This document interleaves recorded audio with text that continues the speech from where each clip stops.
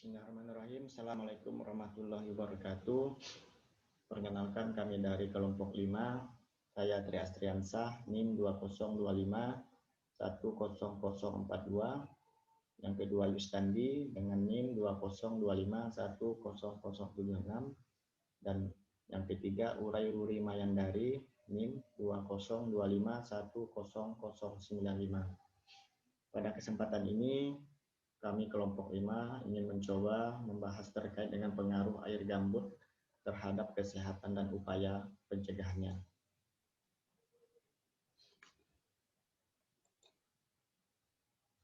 Asal mula istilah tanah gambut dikenal luas di Indonesia. Tanah tersebut dikenal sebagai tanah organik atau organosol. Namun karena pada awalnya tanah organik ini banyak diusahakan di Kecamatan Gambut, yaitu di Provinsi Kalimantan Selatan. Tanah gambut populer dan diterima oleh sebagian besar ilmuwan yang ada di Indonesia. Proses terjadinya tanah adalah onggokan bahan organik yang tersusun dari bahan kayuan atau lumut yang terjadi akibat kecepatan penimbunan lebih tinggi dibandingkan penguraiannya. Perbedaan kecepatan ini disebabkan karena suhu dingin dan curah hujan tinggi sehingga pengendapan terjadi pada daerah depresi atau cekungan. Sehingga air atau air payau menggenangi cekungan tersebut.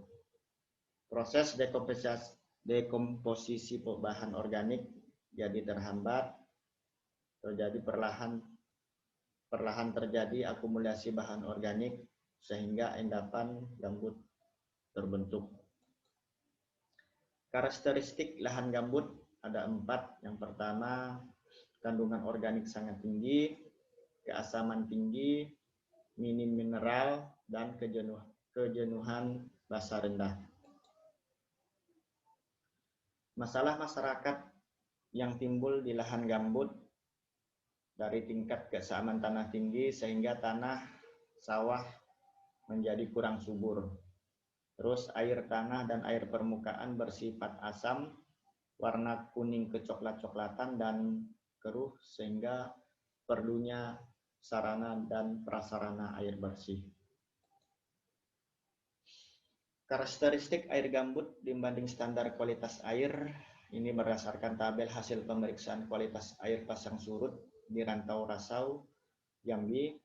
Ada sekitar 13 parameter yang diperiksa terkait dengan kualitas air. Dari yang pertama bau, rasa, warna, pH, kesadahan, kekeruhan, besi, zat organik, klorida, amonium, kromium, mangan, dan sulfat. Untuk definisi operasional variabel artikel ini yaitu air gambut, air permukaan yang banyak yang dijumpai di daerah lahan gambut atau daerah rendah.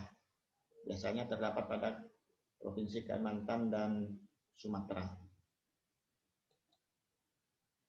Untuk permasalahan kesehatan akibat air gambut, terjadinya gangguan penyakit yang berhubungan dengan air.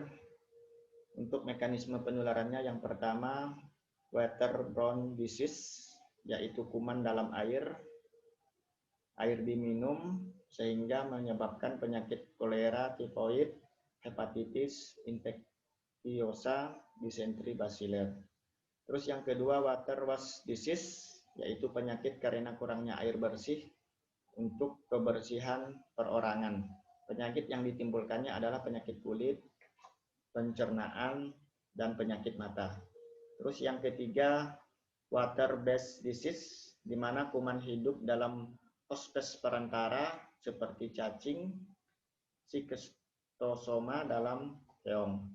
Terus yang keempat, water-related insect vector disease, disebabkan oleh serangga yang berkembang biak di air atau dekat air.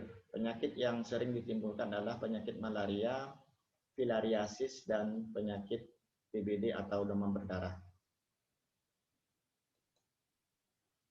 Dari parameter kimia yang terdapat pada gambut dan pengaruhnya pada kesehatan ada sekitar 12 parameter yang mempengaruhi beberapa terkait dengan kesehatan. Yang pertama kekeruhan, yang kedua derajat keasaman, yang ketiga kesadahan, besi, mangan, klorida, kromium, sulfat, zat organik, amonium, warna, dan rasa. Untuk upaya mengatasi masalah air gambut, yang pertama tidak menggunakan air gambut untuk kebutuhan rumah tangga. Terus yang kedua menggunakan air gambut tapi diolah terlebih dahulu sebelum digunakan. Untuk program yang bisa dilakukan di daerah Kalimantan Barat terkait dengan permasalahan gambut ini, yang pertama pengembangan teknologi tepat guna pengolahan air gambut menjadi layak konsumsi sesuai standar kesehatan dengan teknologi penyaringan air multimedia, filter reserve, osmosis atau MNFO.